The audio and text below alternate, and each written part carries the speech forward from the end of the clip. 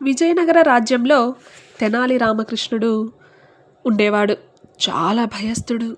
ప్రత్యేకంగా రాత్రిపూట వచ్చే చీకటి అంటే చాలా భయం రామలింగడికి.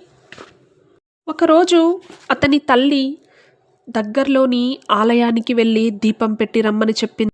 ఆ రోజు రాత్రి వర్షం, మెరుపులు, చీకటి. రాము గుండె బలంగా కొట్టుకుంది.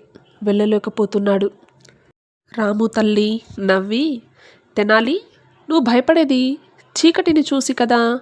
చీకటికి శక్తి లేదు. భయం మనసులోనే ఉంటుంది. ఒక్కసారి ఎదుర్కొంటే అది నీకు వంగిపోతుంది అని చెప్పి తెనాలి రామలింగడికి ధైర్యం చెప్పింది. ఈ మాటలు రాముని మనసులో నాటుకుపోయాయి. రెండవ రోజు వచ్చింది. రాత్రి మళ్ళీ వెళ్ళాడు. ఈసారి వేగంగా ఆగకుండా నడుస్తున్నాడు. మధ్యలో గాలి చప్పుడు, ఆకుల శబ్దం.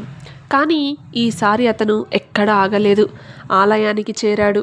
దేవత విగ్రహం దగ్గర దీపం పెట్టాడు. ఎక్కడ లేని ధైర్యం అనిపించింది. పరిగెత్తుకుంటూ వెళ్ళి తన తల్లికి చెప్పాడు. అమ్మా, చీకటి మారలేదు, కానీ నేను మారిపోయాను అన్నాడు.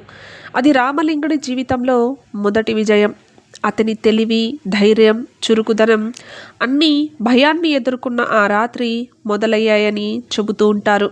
దీనివల్ల తెలుసుకోవాల్సిన నీతి, మన భయం నిజం కాదు, దాన్ని ఎదుర్కొనే ధైర్యమే మనల్ని విజేతగా మారుస్తుంది అనే నీతిని ఈ చిన్న కథ ద్వారా తెలుసుకుందాం.